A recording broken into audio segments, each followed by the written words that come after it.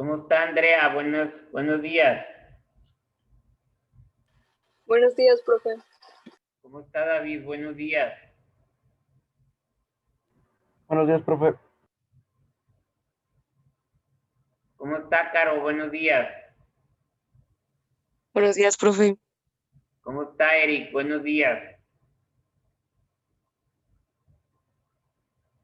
Buenos días.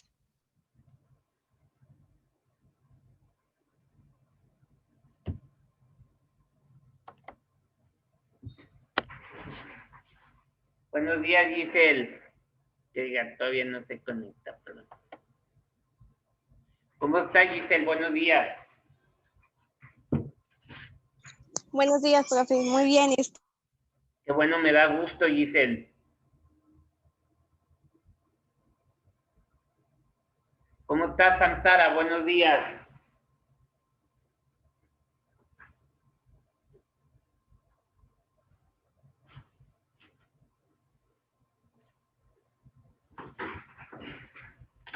Ahora vamos a hablar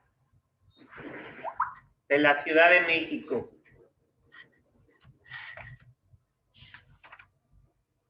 Un lugar padrísimo, la verdad. Donde la diversión no termina. Hay muchísimas cosas que hacer en la Ciudad de México. Muchísimas. Hay muchas actividades para todas las edades.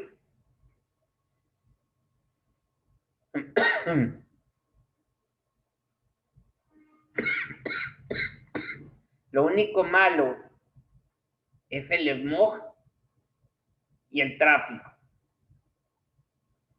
Si quitáramos eso, todo sería fabuloso allá.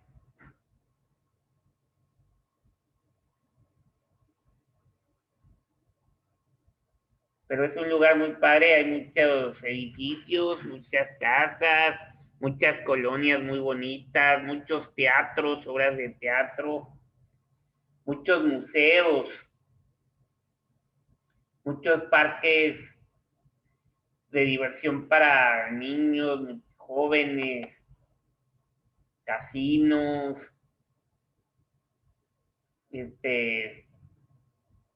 muchos lugares de interés que pueden conocer, ¿verdad? Muchísimos museos.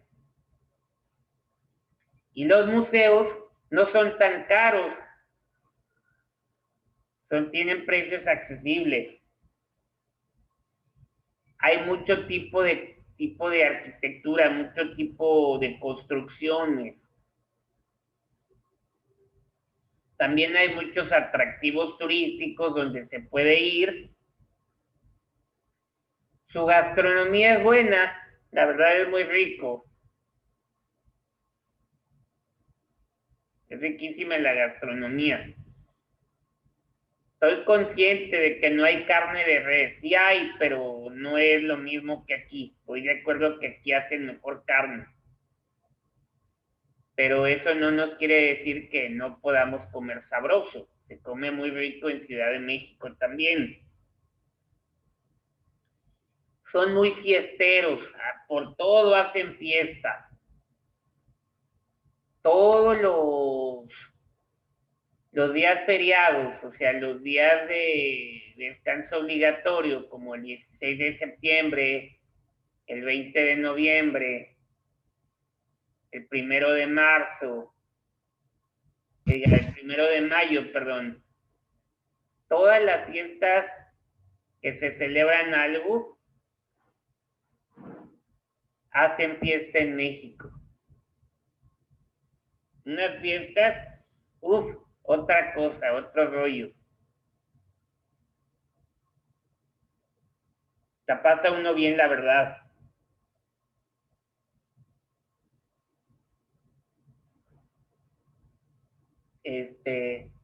Vamos a empezar con un poco de la historia de la Ciudad de México. Nomás aguanten un segundo.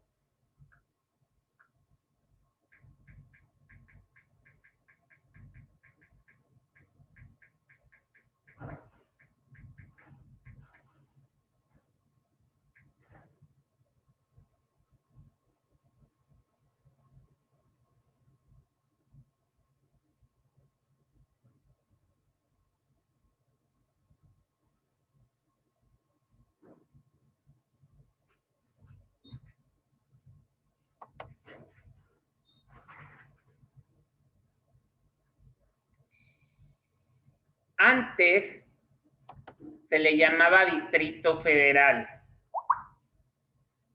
Ahora, pues ya es Ciudad de México.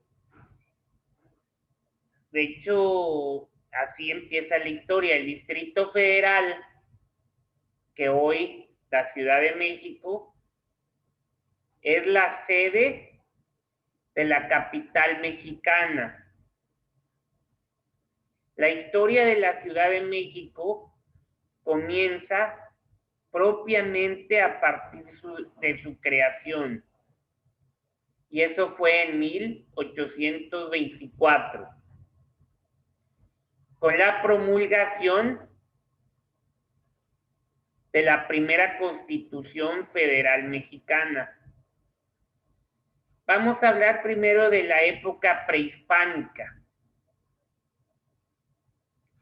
Se han encontrado restos de los primeros pobladores del Valle de México, en San Bartolo, Atepehuacán, lo que hoy es Azcapotzalco,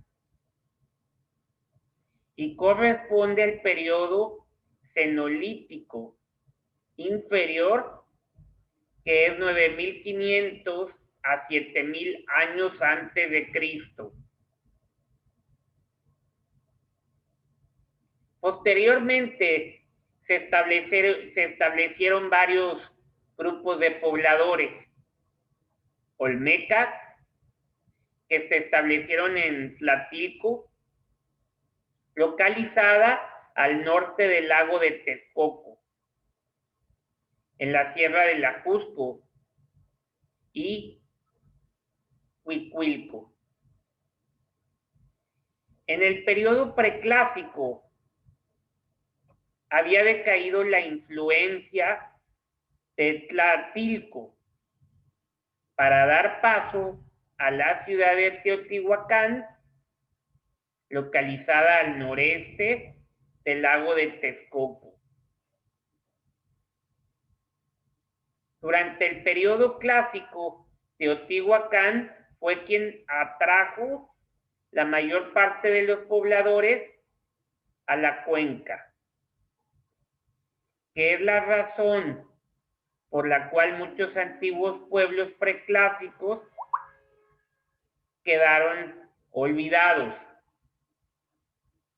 En la decadencia de Teotihuacán en el siglo VIII, sus habitantes la abandonaron paulativamente. Y algunos se fueron a erradicar en las riberas del lago para fundar pueblos como Cualhuacán, Coyoacán y Copilco. En los siglos VIII, XIII y XIV, el territorio actual del Distrito Federal fue destino de varias tribus.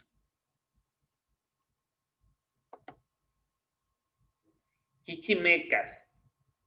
Una de ellas eran los toltecas, que dominó el Valle de México y buena parte de Mesoamérica.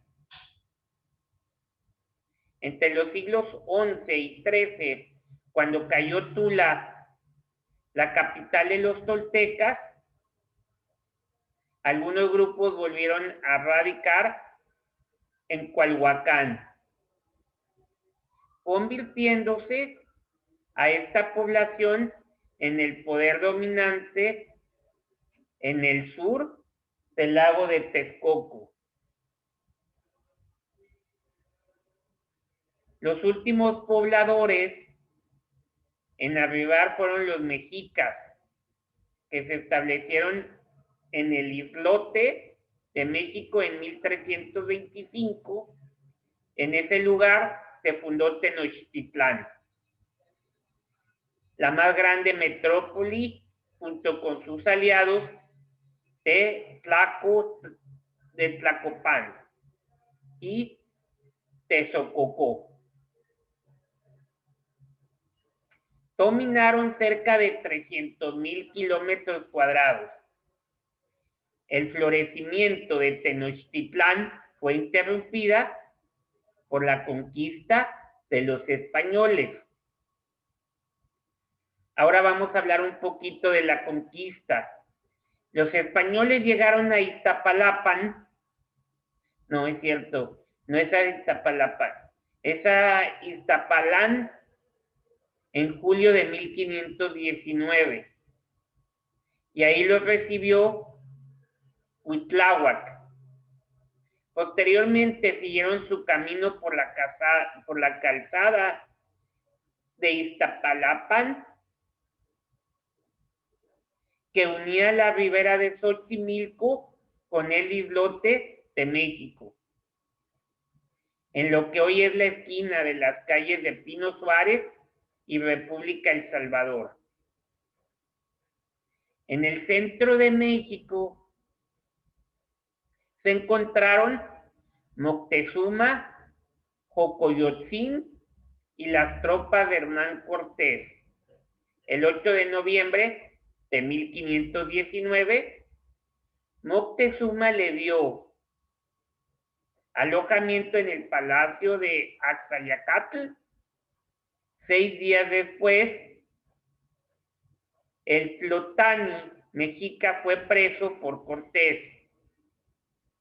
Y luego en 1520, Pedro de Alvarado, en ausencia de Cortés, orquestó la famosa matanza de Tezcoatl. Ahora vamos a hablar acerca de la colonia. La ciudad de Tenochtitlán había quedado destruida y Cortés decidió establecer el gobierno español en la población de Coyoacán, al sur del lago de Texcoco. Desde ahí gobernó con el título de capitán general y justicia mayor, que estableció el primer cabildo y ayuntamiento de América en 1528. Fue establecida la primera audiencia de México, encabezada por Nuño de Guzmán. En 1535 se creó el virreinato de la Nueva España, siendo su primer virrey Antonio de Mendoza. Durante la época colonial, la ciudad se llenó de suntuosas edificaciones para el culto religioso y edificios destinados a la administración o residencia de élite, criolla y peninsular. En contraste con la mayoría de la población indígena que vivía en la miseria, en los barrios de la periferia, pueblos ribereños o montañosos cercanos a la ciudad. Ahora vamos a hablar un poco de la independencia. Tras la ocupación francesa en España, el ayuntamiento de la Ciudad de México se declaró simpatizante de la independencia de la Nueva España. Las posiciones de los miembros del cabildo iban desde los muy moderados, que consideraban que la separación debería ser temporal, hasta los más radicales, como Francisco Primo de Verdad y Melchor de Talamantes, quienes pensaban que la independencia debía ser definitiva. La Junta de México contaba con el apoyo del virrey José de Iturrigaray. Sin embargo, un movimiento reaccionario puso preso a los miembros del ayuntamiento el 15 de septiembre de 1808 y consiguió la destitución del virrey. La destitución del virrey de Iturrigaray tuvo gran flujo en los acontecimientos posteriores porque los mismos españoles enseñaron a los americanos el camino que habían de seguir para derrocar al gobierno. También con la destitución de José Iturrigaray se nombra a Pedro Garibay, hombre débil, que sirvió de instrumento a quienes lo llevaron al poder. El gobierno de Garibay fue desconocido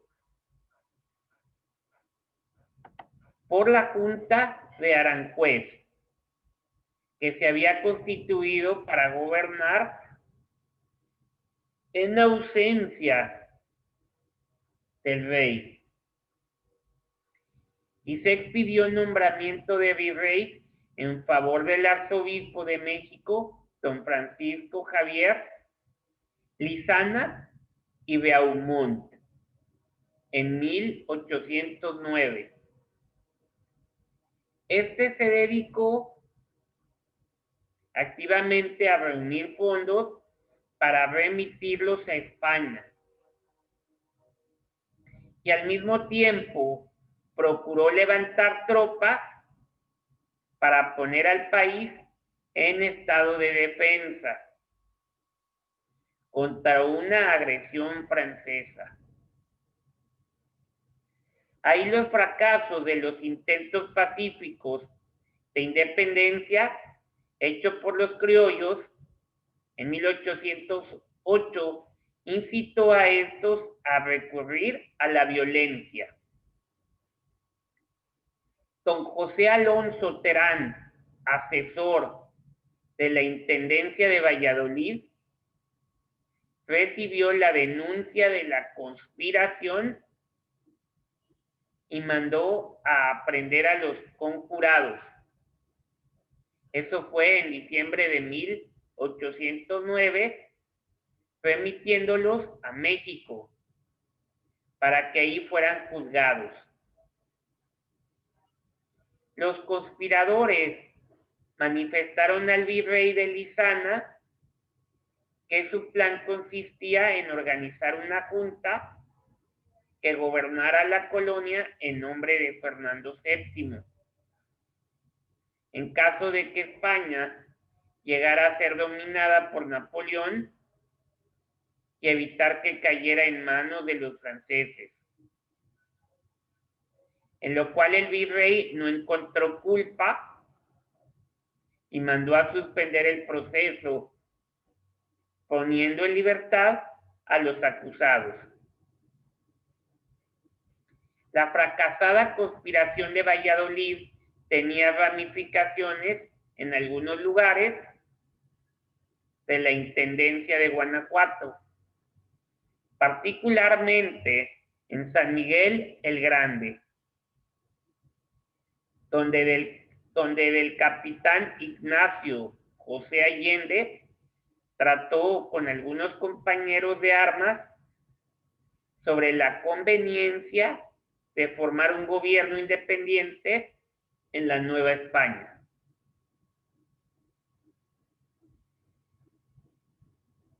En estas juntas se adoptó el plan de aprisionar a los españoles y darles garantías para que pudieran volver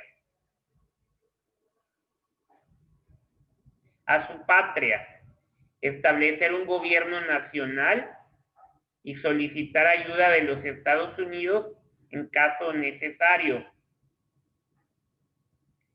También con la apariencia de reuniones literarias que celebraban en Querétaro, juntas de carácter político, alas, que concurrían los licenciados Lazo y Altamirano, los ejerciantes Epigmenio y Emeterio González y algunos militares, como los capitanes Arias, Allende y Aldama, que iban desde San Miguel. Los conjurados contaban para el éxito de su empresa con la simpatía del corregidor Manuel Domínguez y con la colaboración entusiasta de su esposa doña Josefa Ortiz de Domínguez, que a principios de 1810 los conjurados pensaron en la conveniencia de nombrar jefe del movimiento a un eclesiástico ilustrado y de prestigio para vencer los temores, que el proyecto pudiese despertar entre la gente por considerarlo religioso e ilícito. Se aprobó la idea y Allende propuso a don Miguel Hidalgo y Costilla, cura de Dolores, que tenía reputación de sabio, de ideas progresistas y que tenía muy buenas relaciones con el futuro obispo de Michoacán, don Miguel Abad y Queipo, y con el intendente de Guanajuato. Se comisionó a Allende para tratar el asunto, pero el cura se excusó por falta de madurez y ponía en peligro el éxito de la empresa. Sin embargo, ante la insistencia de Allende y de mucha gente comprometida con el proyecto, Hidalgo acepta la invitación, convirtiéndose desde entonces en el alma y cabeza de la conspiración. Y luego siguen las denuncias de la conspiración, que se había pensado iniciar el movimiento de la independencia en San Juan de los Lagos, aprovechando la gran afluencia de gente que concurre a la feria del 2 de octubre, pero hubo varias denuncias. En los primeros días de septiembre, que estuvieron a punto de hacer abortar el movimiento. Don Mariano Galván, secretario de la Junta Conspiradora, denunció a sus compañeros ante el administrador de Correos de Querétaro, quien le comunicó inmediatamente al administrador general en México. Y este a su vez lo puso en conocimiento de la audiencia, que gobernaba en la ausencia del virrey. El corregidor Domínguez, en cumplimiento de las obligaciones de su cargo, procedió a aprender a los acusados de Querétaro y al efecto practicó un registro en la casa de los hermanos González, a quienes redujo a prisión por haber encontrado en su residencia armas y parques, 13 de septiembre. Y 2 días después, también el corregidor y otros comprometidos fueron denunciados y encarcelados. Hidalgo, que había recibido noticias de Guanajuato sobre la denuncia de la conspiración, también había llamado a Allende, quien fue a Dolores a fin de tomar algún recuerdo. 15 de septiembre, Aldama habló primero con Allende y luego pasaron a la recámara de Hidalgo, en donde éste recibió la noticia con aparente serenidad y sin acobardarse ante el peligro. Opinó que urgía tomar resoluciones inmediatas y ejecutar actos decisivos. O sea, el grito de la libertad. Enseguida hizo que su hermano Mariano y otras personas de confianza llamaran a algunos vecinos y al frente de un puñado de hombres se dirigió en compañía de Allende y Aldama a la cárcel pública, donde puso en libertad a los procesos. Fue después al cuartel, donde se le incorporaron los soldados de la guarnición.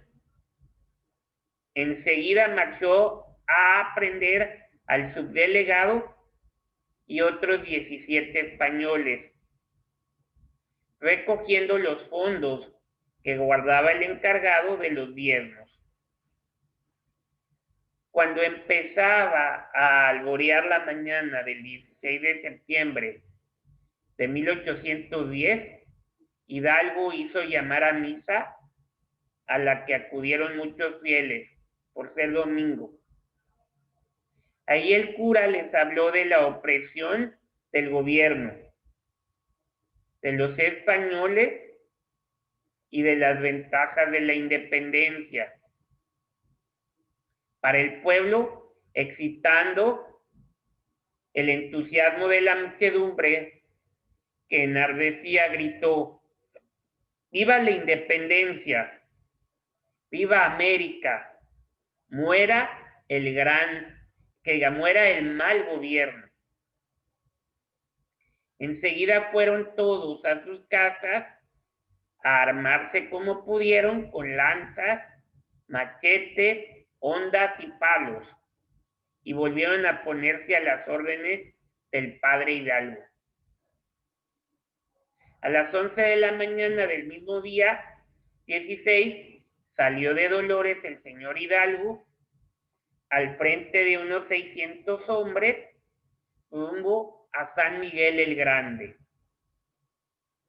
y a su paso por el pueblo de Atotonilco tomó un estandarte de la Virgen de Guadalupe que hizo llevar como bandera al frente de su tropa. Así es como es la historia de nuestro México, de la Ciudad de México. Entonces, la Ciudad de México está en el centro de la República Mexicana, en el eje volcánico, colinda con Morelos y Estado de México. Su capital, pues, es la misma Ciudad de México y está a 2.240 metros sobre el nivel medio del mar. Tiene 16 delegaciones. Las elevaciones es el Ajusco, que está a 3.930 metros sobre el nivel medio del mar, y Tlaloc, que está a 3.690 metros sobre el nivel medio del mar.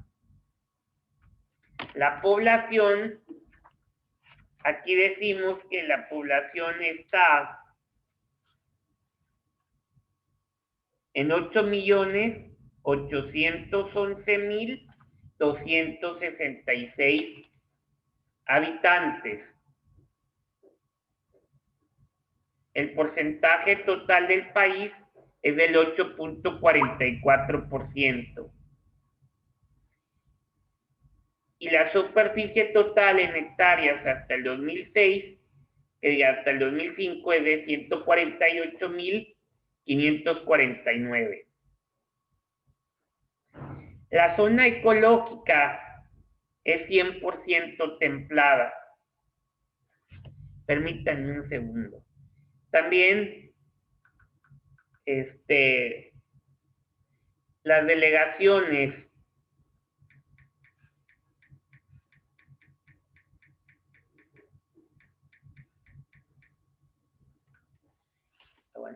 esto ya se va a acabar.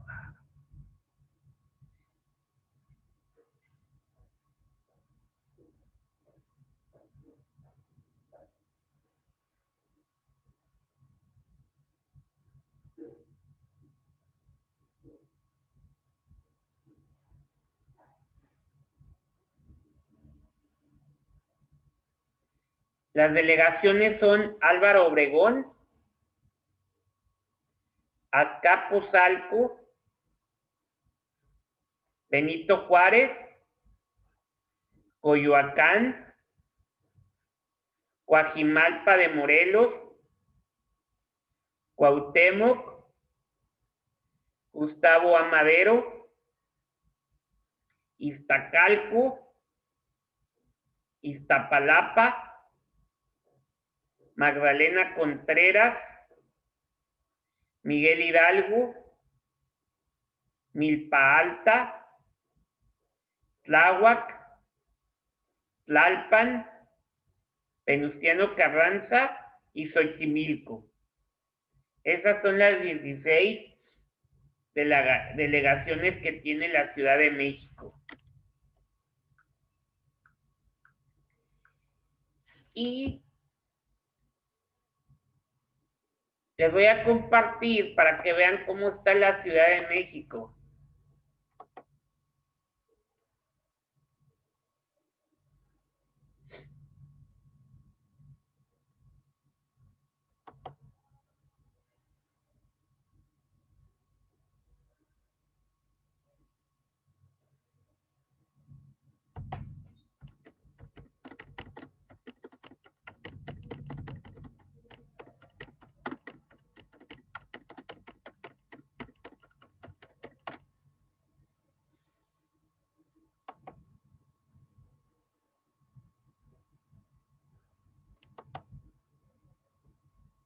La Ciudad de México la estructura es la más chiquita que hay.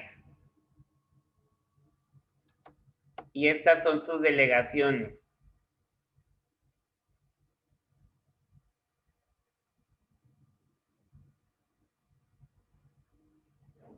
Esto es lo que es la Ciudad de México.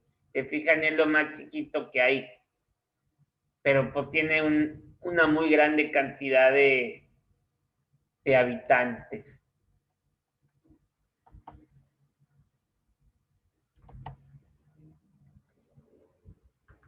Ahora bien, la artesanía, bueno, la zona ecológica dijimos que era 100% templada. En México casi, no estoy diciendo que todo el tiempo. Mucha época del año hace frío. O sea, está fresco. En el verano, pues sí sube la temperatura, pero en la mañana amanece fresco y como va saliendo el sol, va calentando. Casi siempre llueve, eso es lo malo de la Ciudad de México, que casi siempre está lloviendo, llueve mucho, eso sí. La artesanía son textiles, alfarería, vidrio soplado, talabartería, flores de papel y piñatas, arte plumario, lapidaria y papel picado. Ahí en la Ciudad de México se la llama la ciudad del suéter. Casi siempre tienes un suéter delgadito puesto y con ese la libras. Los museos, está el Museo Nacional de Antropología, el Universum, Museo de las Ciencias, el Museo Legislativo, Los Sentimientos de la Nación, el Museo Tecnológico de la CFE, el Museo Nacional de Culturas Populares, la Sala de Arte Público David Alfaro Siqueiros, el Museo de la Medicina Antigua, el Museo Serfín de Indumentaria Indígena, el Museo de Sitio, Templo Mayor, Museo Nacional de Arte, Museo Franz Mayer, el Museo Dolores Olmedo Patiño, el Museo Soumaya, el Museo Casa de la Bola, el Museo de la Secretaría de Hacienda y Crédito Público, el antiguo Palacio del Arzobispado, el Museo del Caracol, la Galería de Historia, el Museo de Arte Moderno, el Museo Frida Kahlo, el Museo del Ejército y Fuerza Aérea Mexicanos, el recinto homenaje a don Benito Juárez, Casa Museo Anahuacalli, Diego Rivera.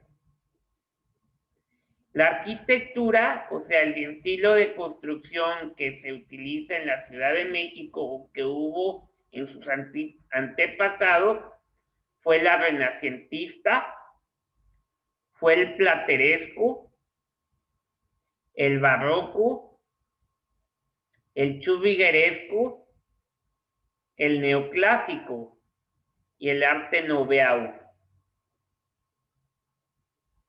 Entre los atractivos turísticos que podemos encontrar está el Centro Histórico Coyoacán, está Xochimilco,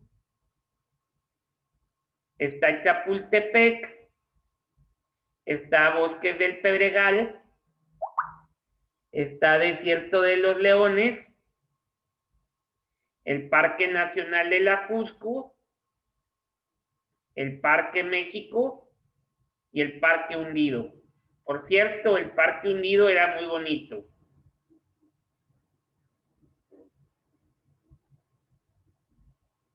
La gastronomía son los chiquihuites con tortillas, los peneques, los sopes, las garnachas, las chalupas, los hongos, los tacos y sopes, los tlacoyos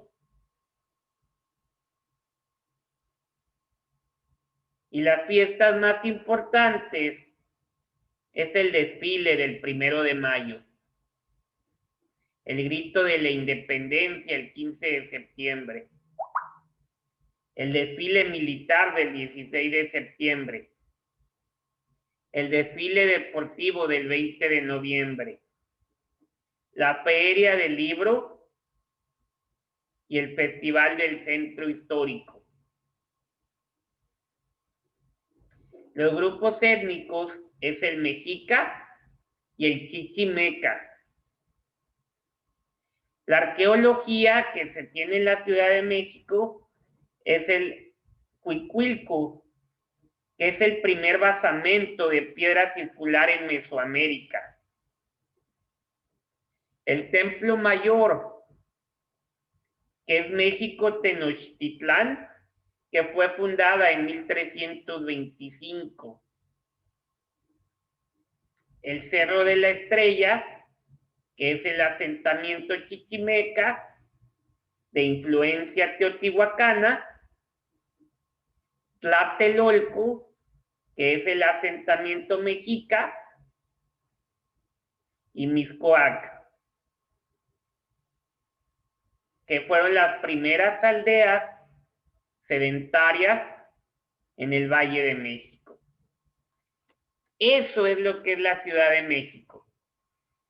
Y ya falta menos del minuto, entonces el día de mañana que tengamos geografía, les voy a pasar un video de la Ciudad de México para que vean cómo está la Ciudad de México. ¿Ok? Pues muchas gracias, jóvenes. Los veo el día de mañana. Gracias, profe. No hay de qué, Caro. Cuídese.